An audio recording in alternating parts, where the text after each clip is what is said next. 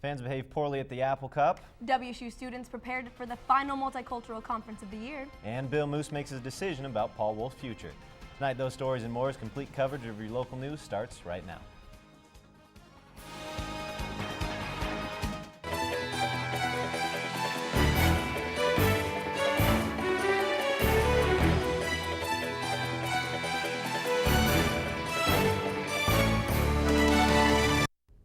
Good evening, I'm Dominic Shelden. And I'm Megan Crenshaw. Thanks for joining us this evening.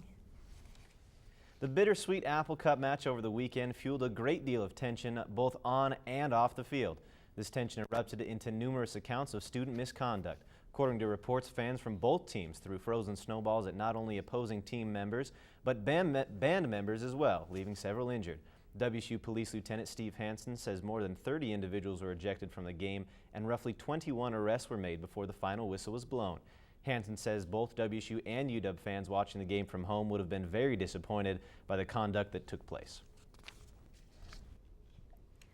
A beautiful game on the field turned ugly in the stands for this year's Apple Cup.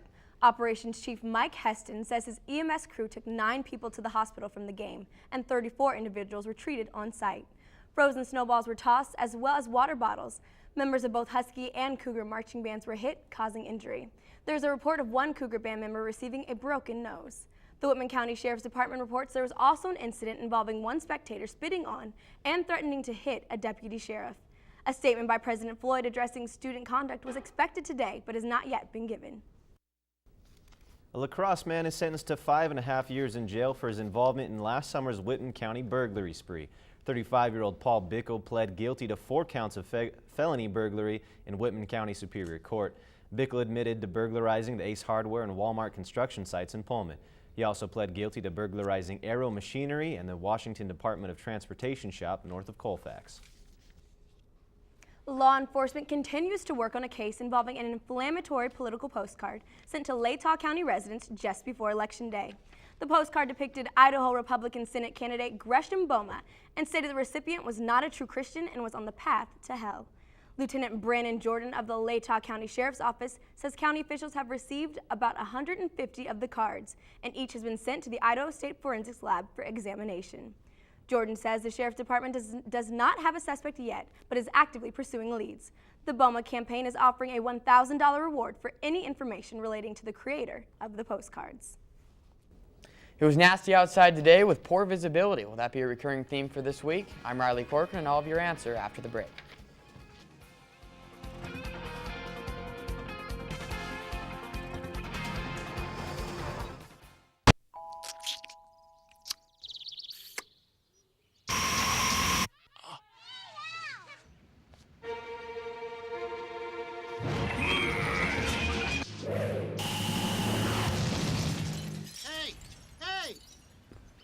What is your problem, man? You're welcome.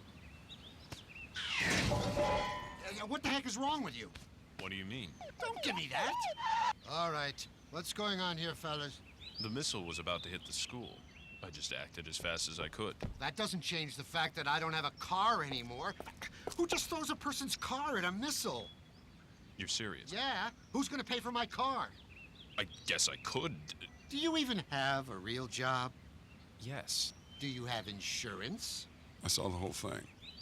Call me.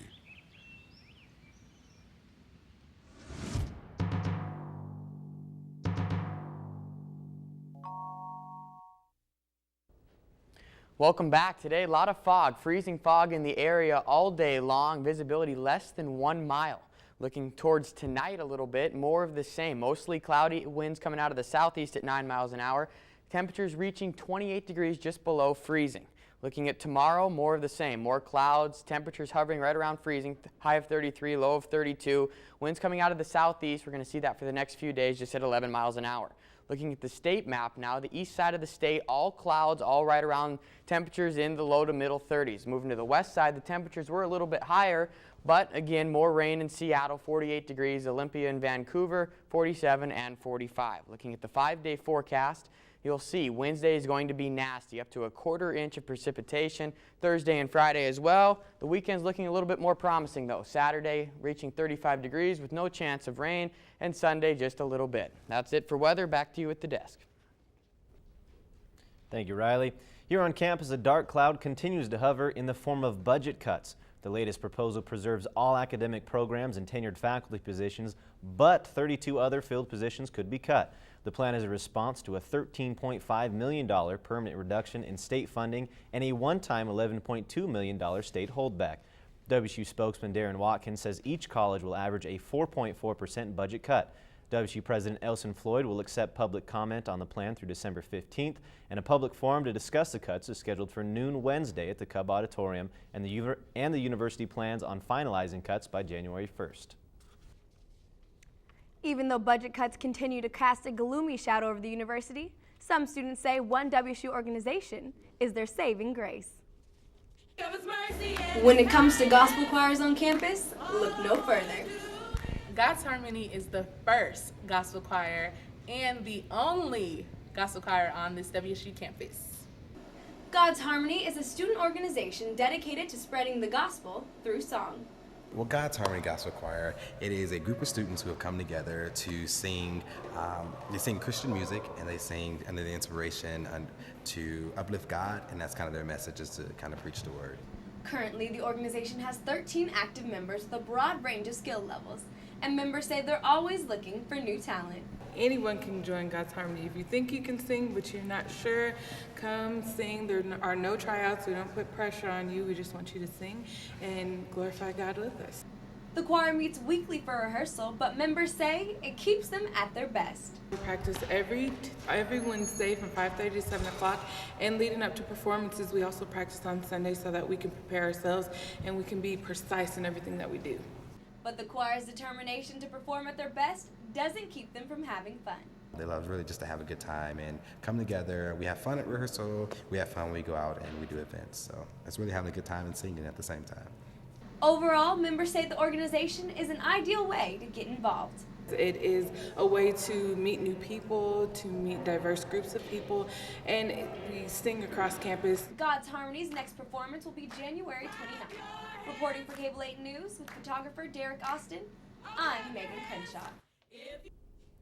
Meanwhile, it's 3 conferences down and 1 conference to go for students on campus.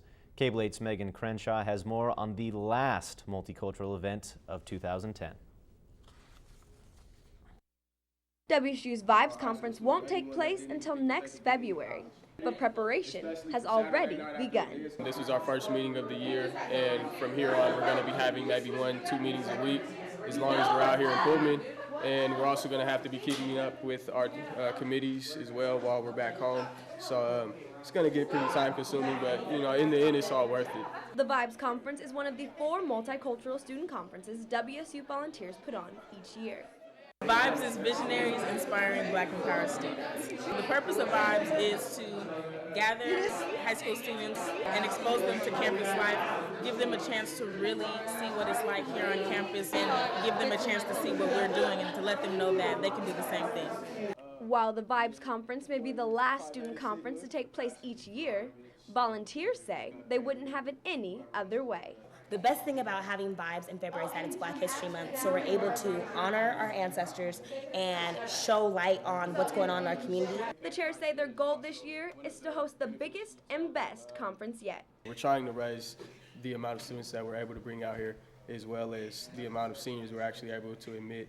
And around that, you know, our entertainment, our workshops, we're just trying to make everything come together to make this the best conference that we've had. If you're interested in volunteering with the Vibes Conference, contact the Black Student Union or ASWSU. Reporting for Cable 8 News, I'm Megan Crenshaw. The big question following the Apple Cup was whether head coach Paul Wolf would be retained. I'm Braulio Perez at the Cable 8 Sports Desk, and I'll have that answer coming up right after the break.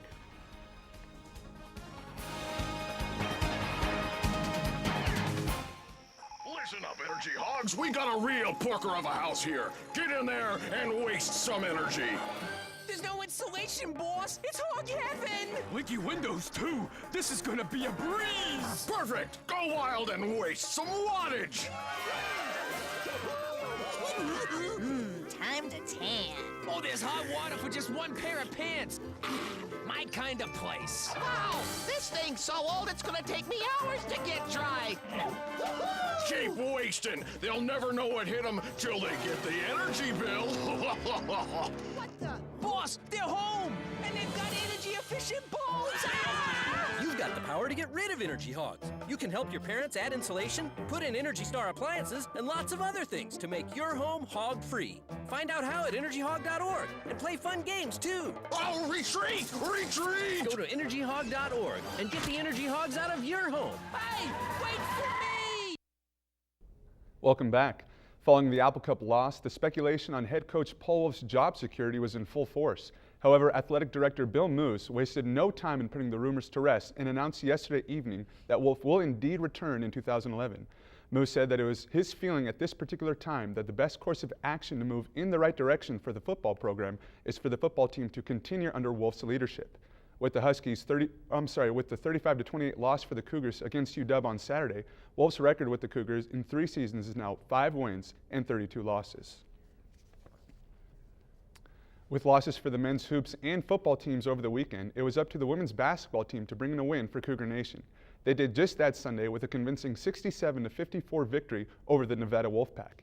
Katie Madison and Areti Amojo led the way for the Cougars offensively, pouring in 11 points each.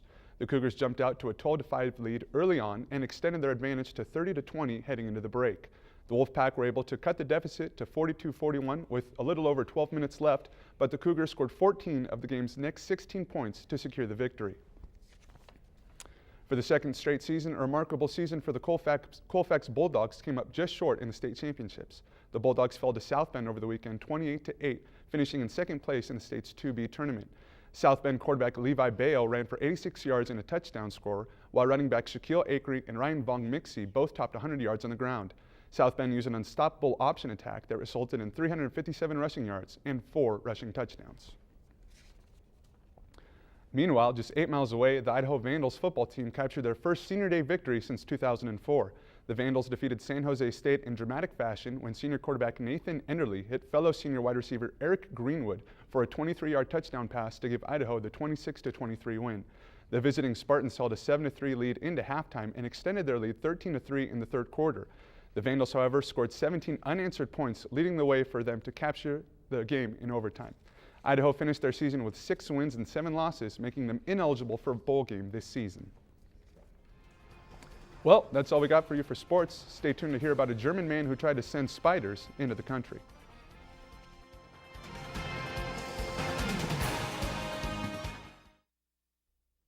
The bear climbed over the mountain, the bear climbed over the mountain, the bear climbed over the mountain, and what do you think he saw? What do you think he saw? What do you think he saw? The bear climbed over the mountain, the bear climbed over the mountain, the bear climbed over the mountain, and what do you think he saw?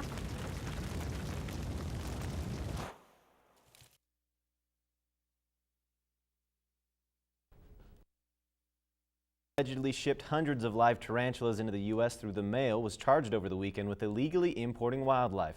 37-year-old Sven Koppler faces a maximum penalty of 20 years in federal prison and a $250,000 fine if convicted. Agents believe Koppler has received about $300,000 for selling tarantulas to individuals in dozens of countries throughout the world.